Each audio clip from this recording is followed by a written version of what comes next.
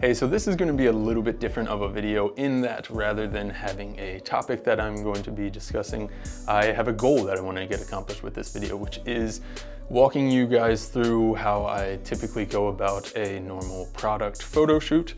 And this is actually a product that I'm doing a campaign with. I'm not sure that whatever we come up with today will make it into the campaign.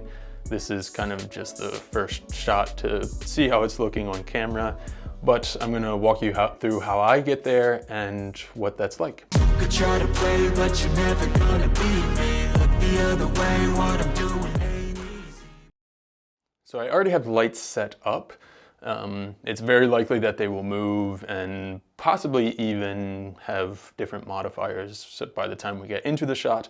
But I have over here behind me what's going to be my Keylight. That is the Godox AD600 Pro with a 28-inch softbox on there. And over here I have a Godox AD200 Pro. I actually use the Adorama versions of these, which are the Flashpoint Pros. But anyway, this is over here. It has just a reflector on it, a reflector dish, and a gridded barn doors set up over here. And then in the back right here is another AD200 Pro, Godox AD200 Pro / Flashpoint. And that is just in a reflector dish. And I will talk about why and how I'm using them. I am using them all with a remote trigger over here. So I have my camera set up over here. Everything is being controlled with this remote trigger as far as flashes. And I'm gonna turn this off for a second because I'm gonna dial in the exposure for this room right now. Now I have a giant constant light softbox right here, a 36-inch softbox.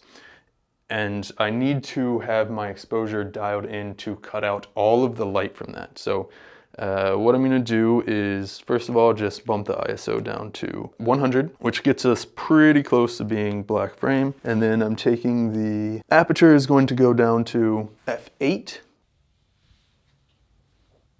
So I'm gonna take a frame without any flash at ISO 100 f8. And you will see here on the screen that that is completely black. And that is where we want it to be because we don't want any of the ambient light in the room affecting the exposure and having any off colors or anything come into this shot except for what we dial in with our flashes. Now typically the first thing I would do would be to start off by dialing in my Keylight, which is this right here. With this, I have a translucent white background and I want to make sure that that background is completely white. So I'm doing a little bit strangely in that rather than shooting light onto the actual background to light the background, I'm shooting it through the background. Now because it's translucent and we're shooting through the back of it, there's a couple things to keep in mind. Primarily that you're still shooting light basically directly into the lens, which can cause flares if you're not careful or if the light's too strong. It can also just cut down on contrast a lot, which is definitely not what you want in a product shot. So we're going to dial that in first, make sure we can get that nice, completely white background and not affect the exposure too much.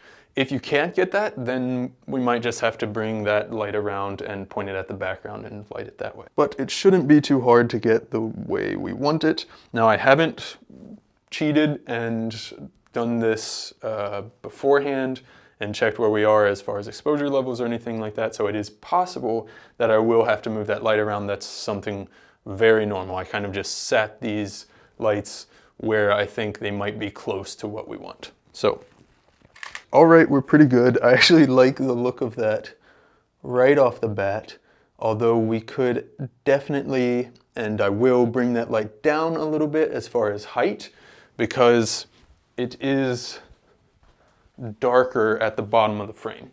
And again, we want full frame to be white. So lowering that light a little bit and see what we get.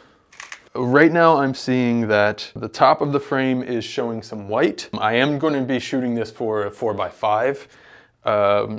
So that top of the frame is going to be cut out. If that were the extent of it, it wouldn't really be an issue. but we're still not getting as much white on the bottom of the frame as I would like. So I'm actually going to pull this light back further away, as you can see over here, so that we have more light spilling in all the directions of this background.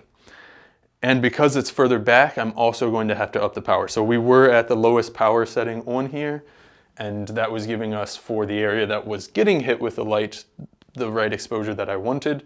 Since we're pulling back, we'll have to up that power on this flash a little bit and then see where that gets us. So going up third of a stop, let's see where we are. So already we can see the light is spreading out a little bit. I do actually like that gradient now that I'm seeing it, but I need less of it. So I'm going to pull the light down again, see if we can get more light down in that bottom of the frame. I would rather err on the side of having just a little bit of the darker exposure at the top of the frame, because I'm not going to use the top of the frame. I am really liking how this gradient is. Another thing to keep in mind is that our Keylight is also going to bring in light onto the foreground. So the bottom of the frame here doesn't have to be perfectly 100% lit. So I know I was fussing with that a little bit, but I think where we have it now is actually going to work out really well once we get the Keylight in here and have that going. Now, for the Keylight, I don't have it straight on because I want to make this pretty contrasty on our actual product here, which is a coffee dripper. And I have it over here much more almost at a 45-degree angle, really at completely a 45-degree angle. I do intend to play with the positioning of this just like I played with the positioning of the other light, but I'm wanting that contrasty look. So I'm going to turn that backlight off so that we can see just what we're getting from this Keylight. And I definitely suggest when you're setting up lighting that you do it one light at a time. Because when you're doing everything at once, sometimes you'll get weird things you're trying to get rid of and you're not 100% sure what's causing it, where they're coming from, or how to fix it. So doing it this way, you see what you have and what you have it from. That makes it much easier to fix and address any problems or issues, or just anything that you want to change or tweak. So, and I'm actually going to try starting out with TTL for this Keylight just to get a reference idea of what our exposure might need to be. So TTL'd and then convert to manual. And that's telling me 1/16. And let's see what we got here. That's bright for me. I will say that if you wanted to just shoot this with that one Keylight and nothing else, I don't think that's a terrible shot at all. And you could absolutely use it. Maybe play with the exposure on that a little bit. Again, I want it to be a bit more contrasty than that. So I'm actually going to take the exposure down slightly. So that's down 1/3 of a stop. Let's see what it looks like if we go down another 1/3 of a stop. And just looking at the histogram here, it's a little bright for what I want it. So I'm going to go down another 1/3 of a stop. So really we're a full stop darker than what TTL suggested. TTL is just trying to get a full frame exposure. So the fact that this has a super white background, it might not be what you want in the image. It's what it thinks the image should be exposed at. But that's just a starting point, a reference point. You don't have to shoot there just because TTL started there. Okay, that I think I like. Now let's try it with the background light on as well, and I might end up pulling the power down on that background light now. Yeah, I like what we have here so far. Now, I'm going to turn those two lights both back off, and I'm going to see what we can do with this other 8200 over here, which I am going to be using as like a rim light. Now I can already tell this is way too high for where the product is sitting. Just bring it down a smidge. One thing to remember is you want to be concentrating on where the light itself is actually pointing, and have the light itself pointing at what you want to be lighting. As simple as that seems, I have had myself, especially early on, mix that up, and have seen other people mix that up because you're looking at where the modifier is, and modifiers can be different sizes and everything, and you can certainly play with that depending on what quality of light you want from the modifier, if you're wanting to feather the light and that kind of thing. But this is gridded barn doors. We're not going to get a lot of light spill from that, so we want it exactly pointed at where we want the light to hit. Not trying to feather here. So I was not planning on having the light hit that high, but I like how it lights up the top edge, which I think is what's going to catch the light the best on this particular product. So I'm kind of happy with where we're at right now as it is. Let's throw it all together and see what we have.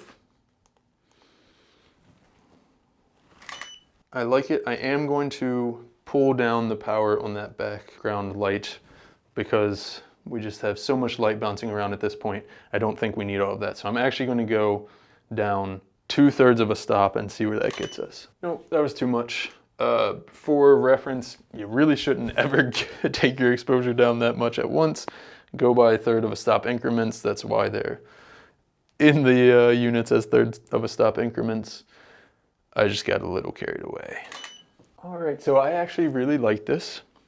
One thing I'm going to change is the focus area. So my original thought was that I want to have the focus on the product name here on the side ridge, because I like having that in focus. That's the most detail. That's where your eye is going to probably go.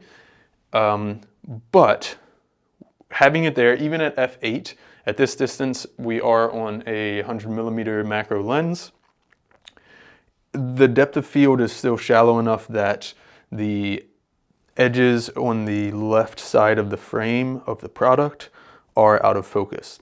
A couple things you could do there. You could certainly stop the aperture down more. I don't think we need to do that, but we might. First thing I'm going to try is to shift the focus more to the middle of the product, which is what you would typically do in a product shot anyway.